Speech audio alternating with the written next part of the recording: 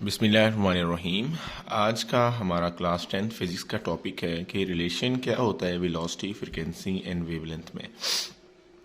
पहले हम एक चीज़ को समराइज़ कर लेंगे कि हमारे पास वेलोसिटी से क्या मुराद है, फ्रीक्वेंसी से क्या मुराद है एंड वेवलेंथ से क्या मुराद होता है।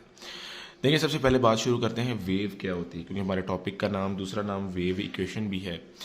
वेव का बुनियादी मकसद है एनर्जी को ट्रांसफ़र करना। वैसे एनर्जी के ट्रांसफ़र के और भी कई मेथड हैं, जैसे रेडिएशन एनर्जी के ट्रांसफ़र का मेथड है, कंडक्शन एनर्जी के ट्रांसफ़र का मेथड है। इसी तरह वेव जो है वो भी एनर्जी के ट्रांसफ़र का मेथड है। यानी कि एनर्जी जो है वो एक जगह से दूसरी जगह ट्रांसफ़र होती है वेव्स के ज़रिए।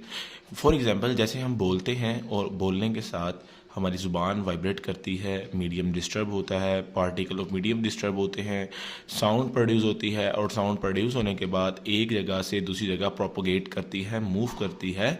तो ये sound is a form of energy और ये मुझसे आप तक पहुंच रही है in the form of waves. तो वेव्स का बुनियादी मकसद हुआ कि एनर्जी को ट्रांसफ़र करना एक जगह से दूसरी जगह। अब हम फॉर एग्जांपल, अब ये वेव का हमने बुनियादी मकसद समझ लिया, वेव का बुनियादी काम है एनर्जी को ट्रांसफ़र करना।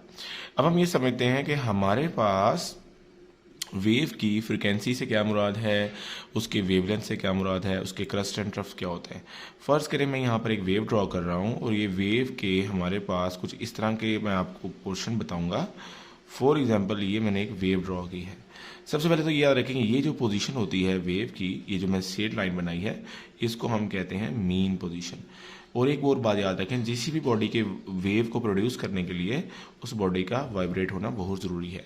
जैसे बॉडी वाइब्रेट करेगी तो उसमें वेव्स जो हैं वो क्या होंगी, प्रोड्यूस होंगी। अब ये एक फॉर एग्जांपल एक वेव मैंने बनाई है। इस वेव के अंदर जब एक पार्टिकल बॉडी वाइब्रेट करती है तो ये हमारे पास कुछ इस तरह से वेव के एम्पलीट्यूड ऊपर जाता है एंड यहाँ पर क्या आता है, मीन पोजीशन है, ये एक्सट्रीम पोजीशन है और ये मीन पोजीशन है। यानी कि फॉर एग्जांपल, अगर मैं आपके सामने अगेन वही सिंपल पेंडुलम बनाऊं तो सिंपल पेंडुलम जो हम डिस्कस करते हैं वो अगेन अगर उसको वेव की फॉर्म में बनाया जाए तो कुछ ऐसे है कि जब एक सिंपल पेंडुलम मीन पोजीशन से एक्सट्रीम पोजीशन की तरफ जाएगा तो ये मीन से जा रहा है एक्सट्रीम की तरफ, तो कुछ इस तरह नजर आएगा। और फिर वो एक्सट्रीम से मीन आए तो एक्सट्रीम से मीन की तरफ इस तरफ आएगा। और जब वो मीन से मीन एक्सट्रीम जाए तो वो कुछ इस तरह जाएगा। और जब वो दोबारा एक्सट्रीम से मीन आए तो वो कुछ इस तरह आएगा। तो जो भी सिंपल हार्मोनिक मोशंस हैं वो वेव्स उसी तरह जनरेट्स होती हैं। अब ये जो वेव का ऊपर वाला पार्ट है बच्चे, इसको हम कहते हैं क्रस्ट, और ये जो वेव का नीचे वाला हिस्सा होता है इसको हम कहते हैं ट्रफ। तो ये वेव के दो पॉइंट्स हैं, मीन पोजीशन से ऊपर वाले पॉइंट क्रस्ट कहलाते हैं, मीन पोजीशन से बिलो वाले पॉइंट ट्रफ कहलाते हैं। तो ये क्रस्ट एंड ट्रफ है। अब जब वेव मूव करती है तो यहाँ से मूव करना शुरू किया है। फर्ज करें मैं इसे कह रहा हूँ 0 O कह रहा हूँ, इसे A कह रहा हूँ, इसे B कह रहा हूँ, इसे C कह रहा हूँ और इसे D कह रहा हूँ। तो ये जो पाथ है OABCD, यहाँ तक ये वेव का एक चक्कर मुकम्मल हो जाता है। जैसे हम इस सिंबल मॉडल को छोड़ें, यहाँ से जाए और ऐसे इसका एक चक्कर मुकम्मल हो जाता है। उसी तरह जब वेव मूव करती है तो यहाँ तक उसका एक साइकिल जो है वो कंप्लीट हो जाता है। इसको एक वाइब्रेशन भी कहते हैं और एक वाइब्रेशन मुकम्मल होने में टाइम लगता है, उसको हम टाइम पीरियड भी कहते हैं। यानी कि जब हम टाइम पीरियड को मेजर करेंगे तो हम एक्चुअली यहाँ से लेकर यहाँ तक का टाइम मेजर करेंगे, तो ये जो टाइम होगा ये टाइम पीरियड के बराबर होगा। और अगर हम बात करें वेवलेंथ की तो यहाँ इस क्रस्ट से इस क्रस्ट तक, इस क्रस्ट से इस क्रस्ट तक का जो फासला है वो वेवलेंथ होगा।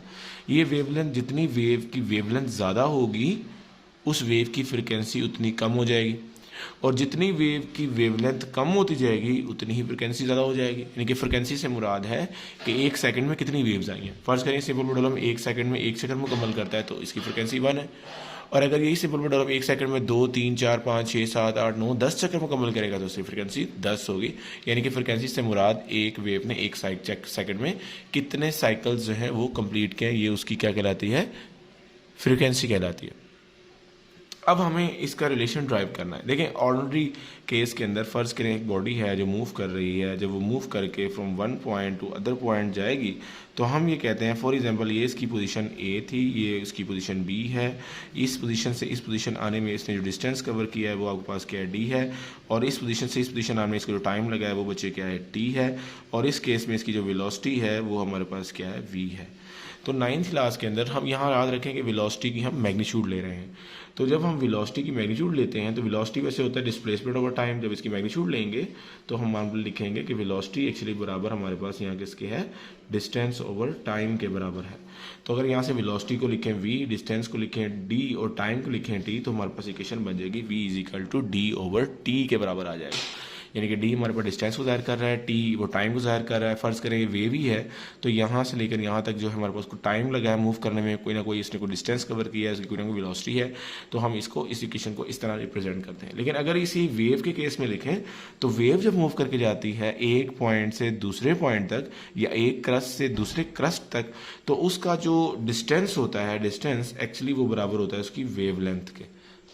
और जब एक वेव एक चक्कर मुकम्मल कर लेती है तो वो एक्चुअली कितना डिस्टेंस कवर करती है, वो जो डिस्टेंस कवर करती है वो हमारे पास कितना होता है, एक वेवलेंथ के बराबर। यानी कि इन वन वाइब्रेशन, एक वाइब्रेशन के अंदर हमारे पास एक वेव जो है वो जो डिस्टेंस कवर करेगी वो वेवलेंथ के बराबर होगा, और जो उसको टाइम लगेगा वो टाइम पीरियड के बराबर होगा।